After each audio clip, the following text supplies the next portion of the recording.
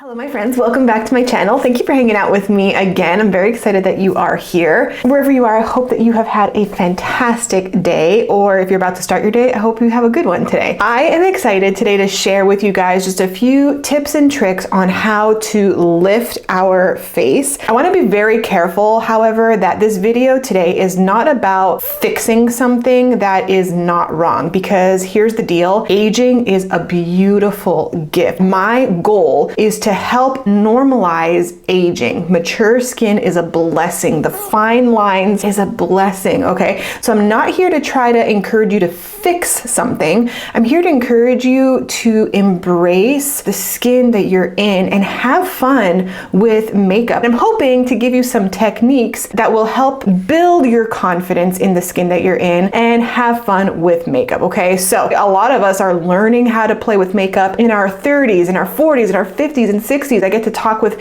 people all over and teach them about makeup. It's stuff that our moms didn't teach us, and that's okay. That's what's fun about makeup, is that we can learn at any age. The most important takeaway from this though is that you honor the skin that you're in. All right, enough rambling, let's get into the video. Okay, so the whole point of this is to show you guys just some things that, I don't like saying do's and don'ts, but just some things that I've learned along the way that work a little bit better. Back in my 20s, and maybe you agree, I used to be able to do no skincare and just slap on a full face of makeup and my skin looked like perfection, okay? And now that I've grown up and I have some badges of honor, lines of honor over here and under here, I can't really do that as much anymore. Well, really, let's be honest, I can't do that at all anymore, okay? Our skin is aging. Every single day, your skin is aging. So when playing with makeup, there's some tips that we can do to help enhance that natural beauty that we have with aging. Here's my first tip as a mature skin lady that I didn't used to do as a teenager is prep. Prep is number one, okay? Here's the thing, you guys. If you are not taking care of this skin with a good skincare routine, it doesn't matter what makeup you put on. You can put on a $200 foundation on your skin. It is not going to do what you want it to do, because skincare is so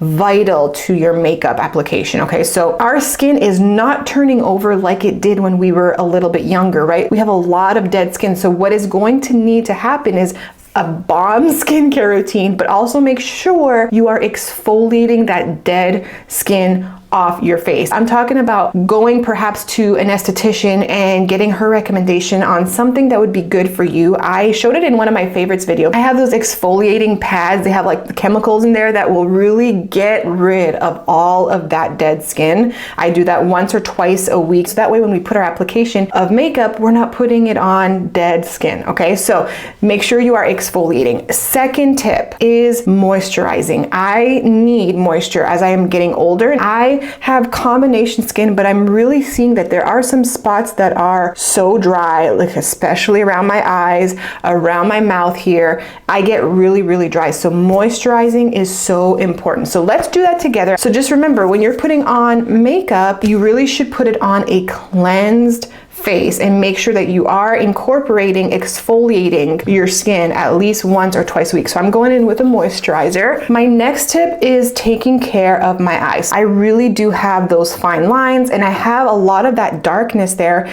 that I want to make sure is taken care of. So putting on an eye cream before going in with my makeup product for me is so important. So I don't skip this. I always put an eye cream. I'm using the Ole Henriksen Banana Bright eye cream, and I just press that into my under eye area. Okay, so now that I feel like my skin has been prepped with the skincare it needs, I'm going to now continue to prep my skin with primer. I never used to use primer as a teenager. I thought it was stupid. I didn't think it was important, but primer is so important. So assess your own skin. If you are oily, you might consider a primer that is more mattifying, that will control those oils a little bit better for your makeup. I am very much a hydrating product type of girl, and my guess is that if you have more mature skin, you'll probably do better with a more hydrating makeup line. So I encourage you to explore that. Going in with my L'Oreal Laura Mercier primer. This is the Pure Canvas Primer Illuminating. And so I like to take this, especially in those high points of my face, where typically I would put a highlighter on. So I'm just gonna go in with that. And so you can skip on multiple primers, but I'm a multi-primer type of girl.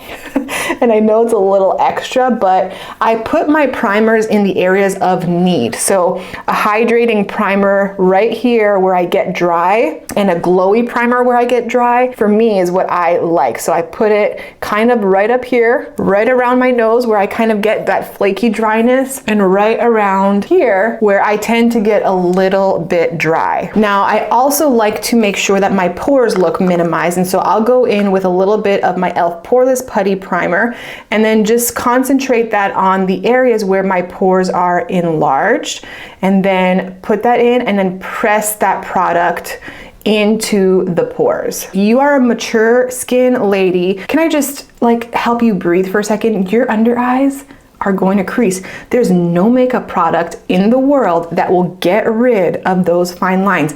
Even if we do all the top-notch makeup techniques, you're going to have those fine lines. I always encourage you guys to, set with this thing, but this is not going to get rid of your fine lines, okay? But I want to like help you know that makeup is not going to erase those lines, okay? So let's just breathe a sigh of relief. We're all gonna be okay with our lines under our eyes, okay? So I'm just gonna go in with a little bit of corrector and just let that sit for a second, okay? Let it get a little tacky and dry. I like going in with a brush because I feel like I can control the spread of it more. Now that we look a little silly, I'm gonna go into makeup application and placement that will create some lift for you guys, okay? What I'm gonna do is put on a full wash of foundation just so that I can help you guys see what I'm talking about. So 1, 2, 3. Okay, I have not put on concealer yet. I went in for foundation with my L'Oreal True Match foundation, the new formula. I love it so much. So what we're gonna do is I'm gonna do this side of the face on how I used to do it as a younger adult. And this is gonna be the side where I am giving you my suggestions that would create more of a lift, more of an elongated approach to our mature skin, okay? Now, I'm going to avoid saying do and don't, okay? You do whatever you wanna do, okay? This is just my suggestions. So this is what I used to do back in the day to try to find where my cheekbone was. I used to suck in my cheeks like this and put it right in the hollow of my cheek. So let me blend that out and show you what this gives. Okay, here is now what I am doing for contour. This is gonna give more of a lifted. So you can see where my cheekbone is. I am now going slightly above my cheekbone. So here's where I would place it. I am going actually right up here. Kind of where the top of my ear is, that is where I am placing my contour now. And I don't add nearly as much. And when I blend now, I am blending out into the hairline and up, out and up. And I'll even touch the top of my ear to diffuse that product. Can you see the difference now? This side now is way more lifted, whereas this side is kind of sunken in. This is how I used to do it back in the day. I don't think it's bad, but I like this side because this side is instantly more lifted. So just take the top of your ear and place that contour now just above the hollow of your cheek. Let's talk about concealer now. So I used to use a concealer that was just as light as this and kind of have that real big demarcation where you would see everything. Here's how I used to do it. I used to go like this and make that big triangle. You guys remember that? The big triangle? And then I would go in with a sponge. I mean, you can see now where that triangle is. And here's the thing, again, I'm gonna keep saying it. If you prefer this way of doing it, keep doing what you prefer. Here's what I'm doing now. Less is more. I am now adding this concealer in the inner corner right here. And I'm lifting it up. What you blend will extend per Wayne Goss, right? And so now I'm going to tap that in. I am not swiping this product. I am literally buffing this in by pressing and stamping. And I'm staying in that area. I'm not trying to move my sponge around too much. I am just diffusing it where I put it. And anytime I need to move, I am bouncing it. I am not swiping, I am bouncing. So bounce it where you want it. Very fast, quick, swift motions. When I get here, I am continuing to stamp. I'm not trying to move my sponge too much. I'm keeping it right where I placed it. Naturally, whatever is on the sponge is going to affect and blend out to the other areas. So you don't need to worry about adding so much product. You're just keeping it now where you placed it. So now you can see this side is more lifted compared to this side with the concealer. It's coming down, it's in a big triangle. This side now is way more lifted. I'm hoping that you can see the difference here. Okay, let's talk about blush. Here is how I used to do blush. In fact, I never used to use any real cream products in my 20s. It was all about the matte, it was all about the powder. So I'm gonna go in with a powder on this side. So I'm gonna use my Juvia's Place Duo blushes just for demonstration purposes, but this is how I used to do blush back in the day. Actually, I remember my mom doing her blush as well, so I just kind of copied what she used to do. I used to take my blush on the apples of the cheeks, right? And so I would go in with my blush. You smile and you place that blush right on the apples of your cheeks. And this is how I used to do it all the time. And it was bomb back in the day. And I would take it, put it right over there. I'll just blend that out. But that is how I used to do it. Here's what I've been enjoying more, and I'll go in with a cream first. Taking my Flower Beauty Blush Balm, and what I will do is take a little bit on the back of my hand, just like that, and then I'll take an angled brush and start working that product into the brush so that it is evenly coated. That is a really big tip, you guys, is don't go straight in. Make sure that you evenly coat your brush, that you get the best application possible. Less is more.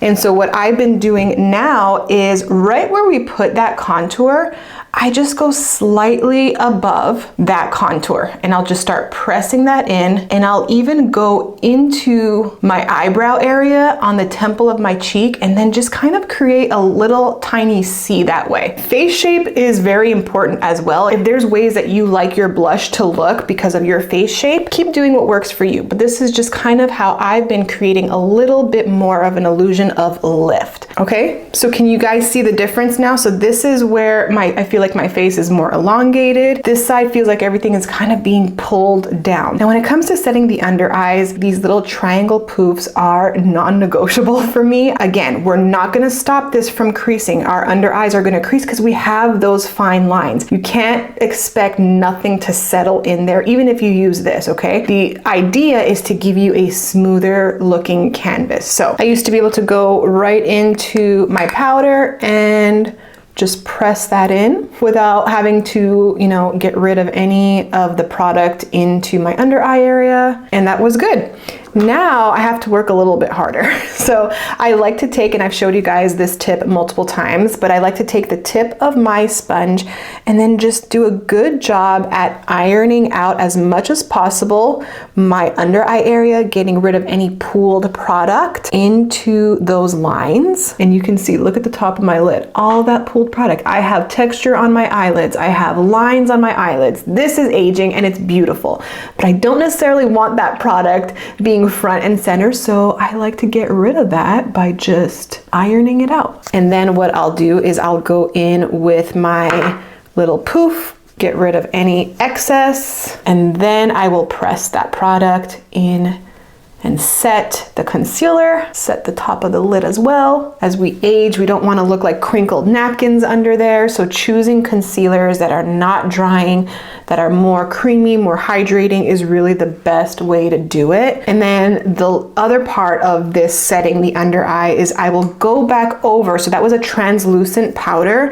I will go back over with a pressed powder that is closer to my skin tone. With a small little brush, I will just go back and lightly set the under eyes with a more skin tone powder. Moving straight along, let's talk about eyeshadow. Here's what I've been doing that's been working better for me. Knowing your skin tone and what colors look best on you is so important. I really do prefer a warmer color palette. So something like this, the Milani Mini Gilded, is such a good color story for me. So keep that in mind. Here's what I've been doing, taking a fluffy brush and then just going in with a warm transition. These are 2 mattes, and I will link everything that I'm using in the description below, but you wanna add that product into the fold of your hood. Holding your brush at the end is gonna give you the lightest application, a wash of color. If you're going in like this, like you're coloring a crayon, it's gonna look really concentrated and it's harder to blend out later. So hold your brush and make sure that it is nice and fluffy, and then just add that into the fold of your lid. If you need to go like this to iron that out, and then just windshield,